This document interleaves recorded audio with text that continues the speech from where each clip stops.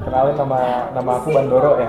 Aku dokter. Saat ini dokter umum, tapi memiliki ketertarikan di dunia mental health, terutama emotional health ya, sama gimana cara kita bisa meresolve permasalahan emosional. Memang kehidupan kita semuanya emotional based ya. Namanya manusia makhluk emosional. Gue Ayu Sarah and I am your online money mom. Let's begin. Berapa sih biaya yang mau kita keluarkan kalau kita mau konsultasi ke mental health professional? Pastinya biayanya bervariasi ya.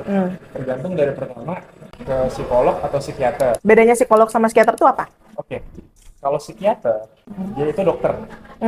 Jadi dia bisa meresepkan obat. Kalau psikolog, dia fokus ke psikoterapi biasanya. Nah, tergantung masalahnya lagi. Masalah kamu nih banyak kondisi fisiknya nggak? Contoh misalkan dia orang yang anxiety sampai serangan cemas gitu. Itu kan kita mainnya udah ada keluhan yang mengarah ke fisik. Terus dada berdebar-debar, dada sakit, perut nggak nyaman semuanya. Biasanya yang ada fisik, itu kurang lebih biasanya butuh bantuan dari yang ada background dokternya, psikiater. Oh, lebih mahal dong berarti? Yes, karena ada obat, cenderung lebih mahal. Berapa tuh? Kalau konsultasi itu bervariasi ya tadi ya, sekitar ratusan ribu lah, 300 sampai 500 konsultasi. Biasanya ya, tapi kan nanti bisa berbeda-beda lagi. Obatnya tergantung obat yang dikasih juga apa. Oke. Rentangnya bisa ratusan ribu sampai juta. Tapi itu bisa didiskusiin biasanya sama dokternya. Jadi nanti diskusi aja dua arah terkait biaya. Oke. Terus kalau ke psikolog? Kalau psikolog itu juga tergantung ya.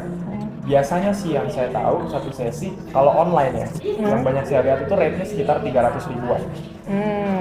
Kalau offline itu sekitar 400, 500. Atau biasanya kalau misalkan psikolognya itu dinaungi perusahaan, misalkan under company tertentu ya, yang memang menyediakan jasa konsultasi, biasanya bisa lebih mahal. Apalagi kalau yang udah lumayan established lah, company-nya 700-an. Both psikologi dan psikiatris? Ya kalau psychiatrist kan biasanya mereka udah ya under rumah sakit ya biasanya, atau mereka bisa juga buka praktek sendiri sih. Tapi umumnya psychiatrist biaya lebihnya dari obatnya itu.